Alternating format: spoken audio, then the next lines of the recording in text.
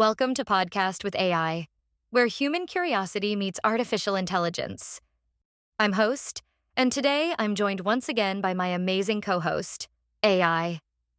Today's episode is a big one. We're diving into the incredible story of evolution, the grand process that shaped every living thing on Earth, including us. So, buckle up. This is going to be fascinating. Hi everyone, I'm excited for this topic. Evolution isn't just science, it's the story of life itself. We'll walk you through the basics, bust some myths, tackle controversies, and even take a peek into the future of evolution. Exactly, let's get started. First things first. AI. How would you explain evolution in simple terms? Sure, evolution is the process by which living things change over time. Over generations, small changes add up, and sometimes they lead to the formation of new species. At its core, it's about survival, adaptation, and change across billions of years. Beautifully put. Now, speaking of history, who was Charles Darwin and why is On the Origin of Species such a big deal?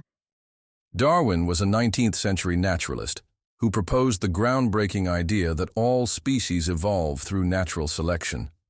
His book, On the Origin of Species, published in 1859, wasn't just a theory. It was backed by observations from his travels, especially the Galapagos Islands.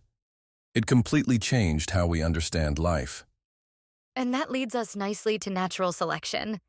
Can you break that down? Of course, natural selection is like nature's quality control. Organisms better suited to their environment survive and pass on their traits. Those less suited don't. Over time, this selection shapes species to fit their niches. Perfect. But where do mutations fit into this picture? Mutations are random changes in DNA. Most are neutral or even harmful, but occasionally, a mutation gives an advantage. When that happens, natural selection favors it, and it spreads through the population. Got it. So evolution is the big process, and natural selection is one of the main tools? Exactly.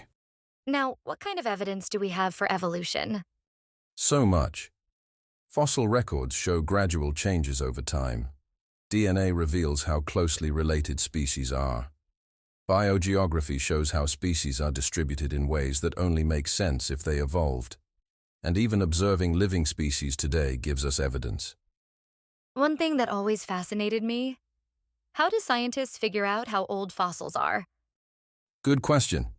They use techniques like radiometric dating, measuring the decay of radioactive elements like carbon-14. This helps them accurately determine the age of rocks and fossils, crucial for mapping evolution's timeline. All right, let's zoom into something personal. Humans. How do we know that we evolved from earlier primates? The evidence is overwhelming. Fossils, DNA similarities, skeletal structures. Our closest living relatives, like chimpanzees and bonobos, share over 98% of our DNA. And transitional fossils, like Australopithecus, show a clear evolutionary path. What were some of the big milestones in human evolution? First, bipedalism, walking on two legs. Then, massive brain expansion. Next, tool use and control of fire. And of course, complex language and culture.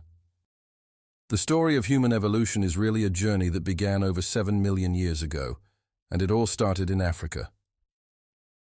The earliest creatures that were somewhat like us were not quite human yet.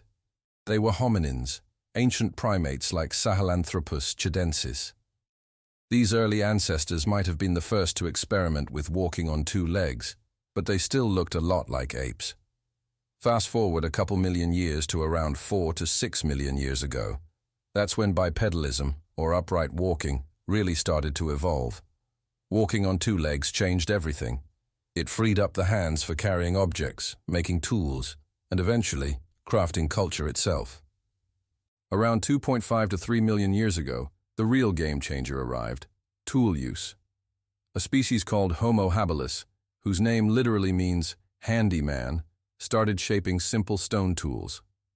Imagine how revolutionary it was, shaping the environment, not just adapting to it. By 1.8 million years ago, our ancestors got even more adventurous. Homo erectus evolved, taller, smarter, and more capable. Homo erectus became the first hominin to migrate out of Africa, spreading into Asia and Europe. They harnessed the power of fire, crafted better tools, and adapted to so many different environments. Some scientists even call them the great travelers of prehistory. Now, skip ahead a bit to around 400,000 years ago, and you'll find the rise of the Neanderthals in Europe and parts of Asia. Neanderthals weren't the brutish cavemen they're often portrayed as. They were skilled hunters, they buried their dead, and they probably even cared for their sick and elderly. At the same time, early modern humans, our direct ancestors, Homo sapiens, were evolving back in Africa. Then, something amazing happened around 200,000 years ago. Homo sapiens fully emerged. They had bigger brains, complex language abilities, and a capacity for abstract thinking. Art, jewelry, and the first symbolic representations of life began to appear. About 60,000 to 70,000 years ago, modern humans began another great journey, migrating out of Africa, just like Homo erectus had done long ago. But this time, humans didn't just adapt, they reshaped entire environments. Along the way, they met and even interbred with other species like Neanderthals and the mysterious Denisovans. And today, because of those ancient encounters, many people, especially those of European and Asian ancestry, carry small amounts of Neanderthal DNA. Moving closer to the present around 10,000 years ago, humans made another revolutionary shift. They learned to farm. This Neolithic revolution changed everything. People began living in permanent settlements, domesticating plants and animals, and eventually building the first cities and civilizations. From walking upright to building empires, the story of human evolution is not a straight line. It's a branching tree, full of experimentation, migration, adaptation, and incredible survival against all odds. Wow, it's amazing to think that we share that ancient, wild spirit with our ancestors. And to realize that evolution didn't just stop, it's still happening, even today. Exactly. Evolution is ongoing. Changes in our genes related to diet, disease resistance, even how we respond to high altitudes, all of that shows that humans are still adapting to the environments we create and inhabit. I guess in a way, technology might even become part of our future evolution. Absolutely. Some scientists believe that human evolution could speed up or take new directions thanks to advances like genetic engineering, CRISPR technology, and even artificial intelligence integration. The next chapters of human evolution might look very different from anything we've seen before. Now, on to the tricky part. Controversy. Why is evolution still debated in some places? Mainly because it challenges certain religious or traditional worldviews. It's not a scientific debate. The science is overwhelmingly settled. But cultural and philosophical conflicts persist. What are the biggest misconceptions about evolution? A few common ones are: 1. Evolution is just a theory. It's a scientific theory, meaning it's based on tons of evidence. 2. Humans evolved from monkeys. No, we share a common ancestor. And 3. Evolution is random. Mutations are random, but natural selection is not. Big question. Can evolution and religion coexist? Many people think so. In fact, many religious groups accept evolution as a tool used by a creator. Science explains the how. Religion often explores the why. So why do some people still reject evolution? Because beliefs are deeply personal and tied to identity, tradition, and community. Changing views isn't just about evidence, it's about trust, values, and worldview. Back to the natural world. How do new species actually form? Through speciation. When groups of the same species become isolated, geographically or reproductively, they evolve differently until they're no longer the same species. What's an example of evolution happening right now? Antibiotic resistance in bacteria. They evolve defenses against drugs incredibly fast. Also, the peppered moth in England changed color during the Industrial Revolution due to pollution. What about behaviors like altruism? Evolution can explain cooperation too. helping relatives, forming alliances. These behaviors can increase survival and reproduction. I'm curious about parasites and hosts too. How do they evolve together? It's an arms race.